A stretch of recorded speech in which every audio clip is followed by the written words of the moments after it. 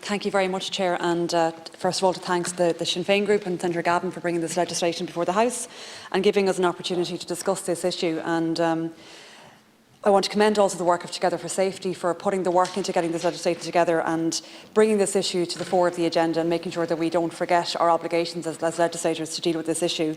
I know Senator Clifford Lee mentioned our recent trip to Poland on behalf of the all-party Oireachtas group on sexual and reproductive rights, and it was a kind of a surreal experience because you almost forget about how fraught and difficult the campaign was in this country and that it was 35 years long. And Poland in some ways reminded me of Ireland, what it would have been like maybe 20 years ago. That's how much they've regressed and how much of a scary place it is actually to try and campaign for those issues. And women spoke to us about being intimidated while they were peacefully protesting, very heavy-handed approach from law enforcement, and they were very concerned that somebody would die because of this, and it has happened since we've returned to Ireland. So it is, I think, a really worrying situation there, and it was.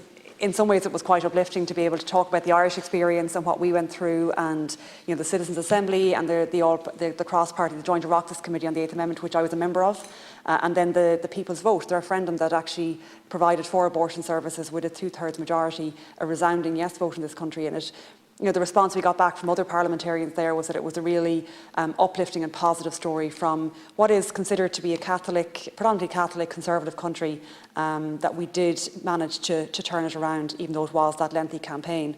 But it does mean we are on to the next step now. We do have abortion services in Ireland, but we don't have full access across the board, and there is a level of intimidation outside where services are being provided.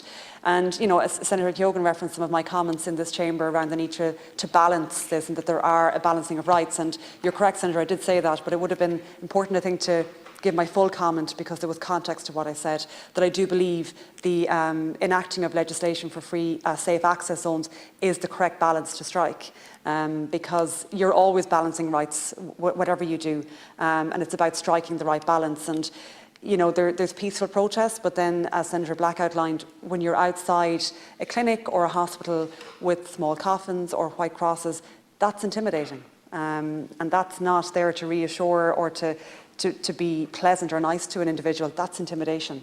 And if you want to change, and it is the right of every citizen to challenge the laws of this country, to challenge the policy of government. If you've got issues with how we're doing things, protest outside Leinster House.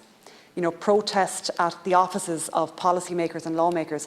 Don't protest at innocent citizens that are accessing what services that are legal. It's the wrong place to go. And look, that's just my opinion on it, and I appreciate that others will disagree. So this is important. I know, Minister, from speaking to you on numerous occasions about this, that you are fully committed to delivering this legislation. And I hope I'm not taking liberties here by saying I think we were under the impression that the legislation was further along before you took office. And that impression was certainly given by the previous minister. But the reality is that when Minister Donnelly got into the office, you were effectively starting from scratch. And to be fair, there's a lot going on the last year and a half as well in terms of the pandemic, and your department has been extremely busy. But that's not to say there isn't full support for the legislation, that it is in the process of being drafted, and that's really important. I think that it is, it would be very different to be in a position where it wasn't being advanced, but you have a government that actually is committed to doing this and is going to do it, and that's really important. At the end of the day, it doesn't really matter how we get there as long as we get there, and there is a sense of urgency around it. I think, as Senator Moynihan pointed out, the very real and challenging difficulties that are being experienced by women because of the lack of this type of legislation being in place. So I think it's important to say that there have been delays, and just acknowledging that, but to reassure I suppose not just members of this House but the public that might be watching this debate, that there is a strong and genuine commitment to delivering safe access zones so that women and their partners and their families don't have to deal with what they are currently dealing with. And I'm not suggesting that all people that have an issue with this are engaging in intimidation. That's not what I'm trying to suggest tonight. But I think when we ask ourselves what is harassment, what is intimidation, it's the view of the person that's experiencing it. It's their subjective view. So what might not be the intended consequences, the person doing that might feel that they are peacefully protesting and may not be intending to intimidate, but what matters is how the person feels that is the subject of that protest. If they feel intimidated, then it's intimidation. So that's the important point, that we look at it from the perspective of the person actually experiencing it. And it is important to point out that obviously when you're in that position, you're already dealing with quite a lot. It's very emotional, it's a very vulnerable time.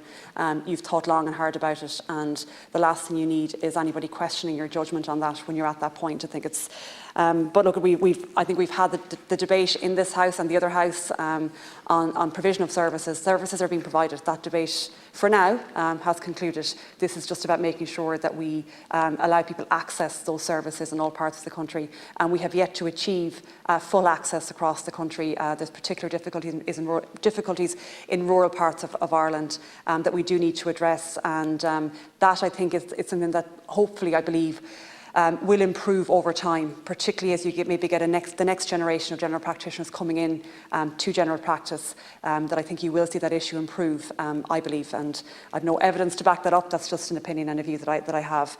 So look, Minister, I wish you well in your work, and you'll have the support of this House in dealing with this matter, and I know that it's something you're firmly committed to, and thank you for being here this evening to listen to our debate as well in the House.